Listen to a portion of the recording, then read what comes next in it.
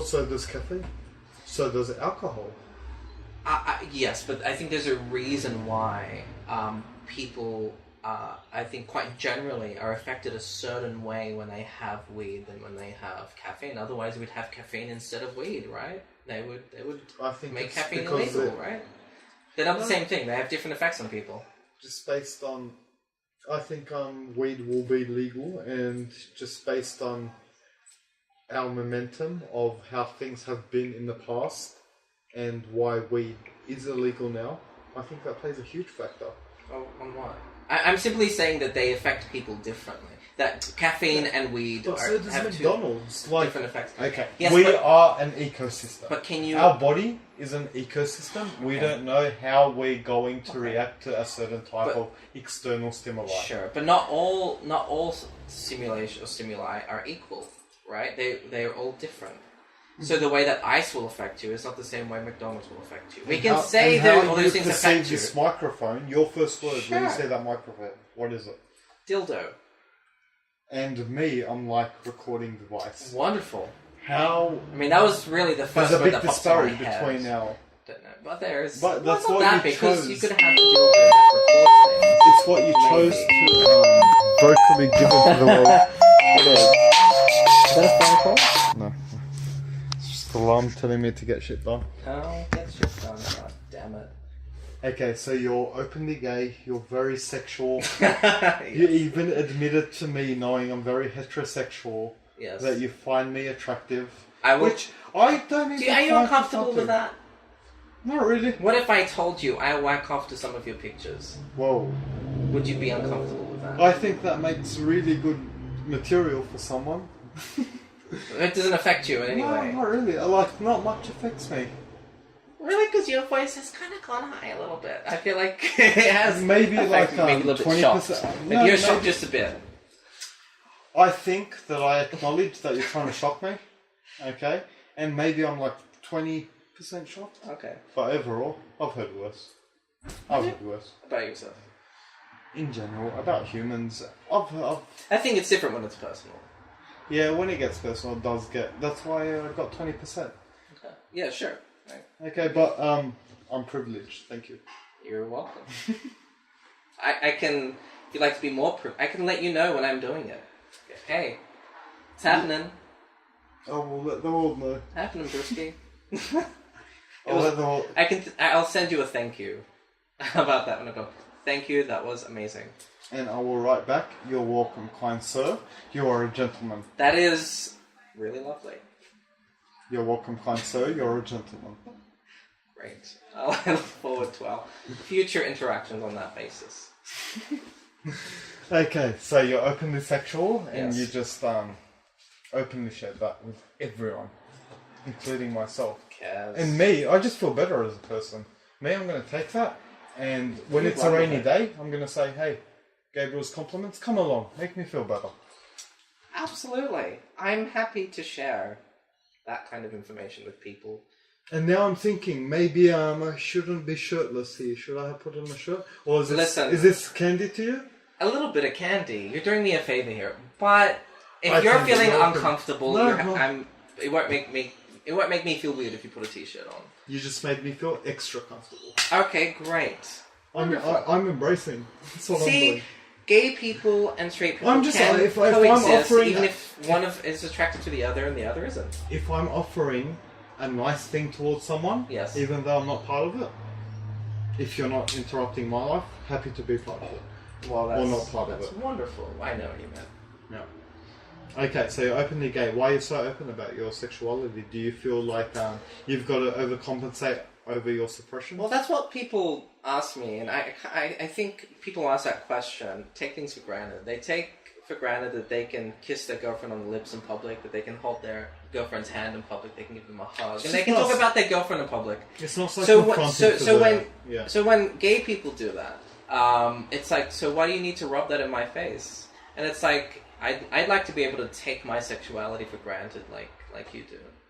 Have you been openly, like, do you show any public affection with any of your lovers or your partners? The guy I was dating, I held hands with him in a park that was pitch black. Like, and he didn't like public affection because he was kind of discreet. But I have no problem holding hands with a guy. I mean, it would make me feel weird. I've never done it before. But I guess it would make me feel weird. And it's maybe afraid a little bit because I don't know how people would react to that. I mean, I've only ever gotten, I guess, verbal abuse from people who thought I was gay. You can be comforted in knowing that the majority of Australia and the world accept it. Yeah, that's a rational thing to do, but fear isn't rational. Yeah, well, you can find rationality in irrationality. You can look at things objectively. Thank you for that word earlier. Oh, you're welcome.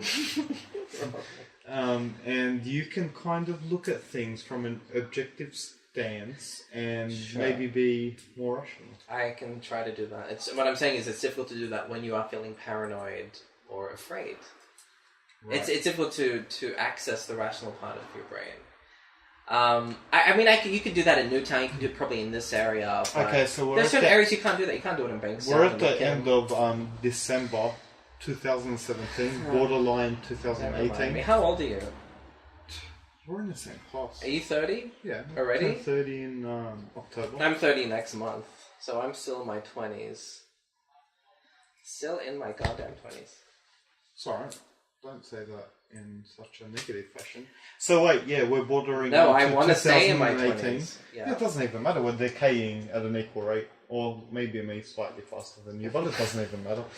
Your body type tells me you're a little bit healthier than I am, so maybe not. I just like going to the gym, going to the sauna, meditating, watching my breathing, taking things to the extremes, trying to hack my body. Just all things to the extremes. I love that. Yeah. Okay. So we're bordering onto 2018, right? Uh-huh. When was the last time you were scared to be a gay person? When was the last time I was scared to be a gay person? Were you scared today, though? Well, what does that mean? Was I afraid? When you felt for your well-being. Well, I mean, I don't... Unless I talk and move my hands, I don't really come across as gay. But, it's a good question. I've got such bad memory. It was actually, funnily enough, it was in Newtown. I think I've made you more uncomfortable than you've made me. I'm not uncomfortable at all. A couple of months ago, I was with a friend in Newtown, and there was a guy... I was gesturing, I was speaking, and I happen to gesture when I talk. And I was speaking rather loudly, because I'm a loud talker. And someone walked by, and he repeated what I said back to me in a very condescending way. I didn't know the person. Yeah. This is Newtown of all places. And the person I was with was like, what a piece of shit. And I was like, I didn't quite catch that. What did he say? And I was like, was it about me? He's like, yeah, don't worry about it. And so, I mean, it was a nasty thing for that guy to do, but what's to say that guy doesn't kind of turn around when I turn around, go... Okay, let's not forget, right, that, 74% around that voted yes. You've got like 36% or 26%... There are still pieces of shit that voted that live no, in this country. Okay? And the chances that you're going to run into that person is quite high, living in a high population as we do, and quite a constrained city, being so popular in Australia. So... You're going to look at probability here. No, you're speaking rationally. You're speaking rationally to someone. Well, I'm trying to drop some afraid. rationality into your brain. I know, and that's wonderful. I appreciate it. But what I'll try to draw on that because you're right. But you'll have this recording forever. Sure. Do you want me to give you this? No, just put it up. When you put it up, I'll have access to it. It's fine. Okay. I was going to give you a minute reference. So. It's fine. Yeah. So I don't know. I hope I've added value to your project here. Well, that's a conclusion. Yeah. So you have to go now. I don't know. I don't have to. I could stay for a few more minutes if there's something else you wanted to talk about. I think we can add value for 5 more minutes. All right. We can definitely do that. Guide the conversation. Okay, so let's talk about the image you're trying to perpetuate, overly sexual. I'm gonna. When you say image, are you talking about what I'm wearing? How I'm sitting? I'm just saying how I perceive you, and I'm trying to be objective as fuck. Go for it. Okay, so you care about the way you look, and to a certain extent. you just finished my sentence. You should stop doing that because it makes me feel bad about myself. I'm sorry. No, it's okay. No, I didn't know that's what you were going to say, but... Well, anyway... I don't care about how I look always and forever, and... He's 70% groom. high standards. You're 70% groom. Am I? I appreciate that, because I look at myself and I'm like, this is probably 30%. Whoa. I haven't shaved, and I feel like shit. I need to cut my hair. Okay. I feel really hot. I feel sweaty. I'm regretting not wearing shorts. So I appreciate that. I like that perception. That I like that you have that perception of me. Because I certainly do not have that perception of myself. You're welcome, Gabriel. You're welcome to someone that has openly had orgasms over me. Yes, I have. Your rings. Yes. What are you trying to throw out into the universe with them? You've got heaps of rings. They're very pretty. One of them looks like they're of royalty from the Roman era. Oh, okay. One of them looks like some sort of someone's doing spells with that gem. Oh, cool. So I made these three. These two I made, and I made this one. Is that your wedding finger? Yeah. These don't really fit in any other fingers, so I've got to make them a little bit bigger. So my friend's not making a statement by... No. In fact, my friend told me that if I'm looking to hook up, that's not the best place to wear a ring. But you are. But I am, and I'm not. Obviously, I'm not with anyone who I could possibly hook up with, so it doesn't matter. So these ones I made. Limiting your opportunity, though. By being with heterosexuals. With these guys? Well, it depends on what situation I'm in. So these guys I made, this one was featured in one of my short films that I directed with my best friend, which I'm editing at the moment, and it's very magical.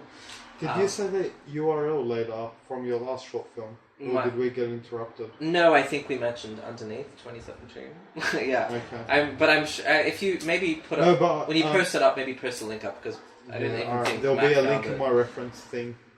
You'll find it, people. Dig. It's worth it. But I like the word magic that you use, because I'm not really trying to throw anything into the universe. I'm trying to, I guess, engage myself. I'm trying to engage myself in certain narratives. So the feeling of, I guess, otherworldliness and fantasy and magic, those things I like. So I wear them because they make me feel a certain way. How do they make you feel? How does wearing a certain piece of jewelry make you feel? What's kind of like wearing certain certain items of clothing, they give off a certain idea, but I'm not really trying to send off an idea to other people. The idea I'm sending off is to myself. It reminds me of certain ideas and genres of narrative. It's like a representative a certain way of thinking. I'm trying to, I guess, converge reality and fantasy in a way. So these rings are symbolic of very fantastical ideas. Okay. I think we can talk way more about your dirty sex endeavors, but we'll work into anime. Oh, you want to talk about anime? Let's mix the two. Do you have sex in anime? Do you watch that? I think I've whacked off to anime a couple of times. That undermines you whacking off to me a little bit. How about that? Why? Because you whack off to people drawing shit. It's anime can be very sexy. And I know there's you anime fans get very angry. Oh, I'm sorry for talking down to you. I wasn't meant to. No, it's okay. Anyway, taking it anime fans. Yeah. Look at me checking myself. Anime fans find it very offensive when they call anime cartoons. Oh, they do. Okay. Yeah, I don't. Is that right? I've heard that. Okay.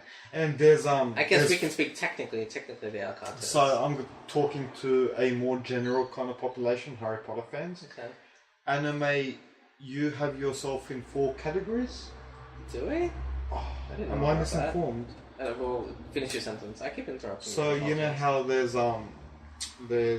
in Harry Potter there's Gryffindor, there's Hufflepuff, and Ravenclaw, Slytherin, and Slytherin's the evil one, Voldemort, and the really really nice one that Harry Potter's from. I want to say Gilderoy, but it's Gryffindor. Gryffindor. It's definitely Gryffindor. It's that beer. I don't know what Matt put in that beer. Okay. got So buzz. is there like 4 kind of categories amongst the anime? I genre? don't know. I mean, I know one sort of category of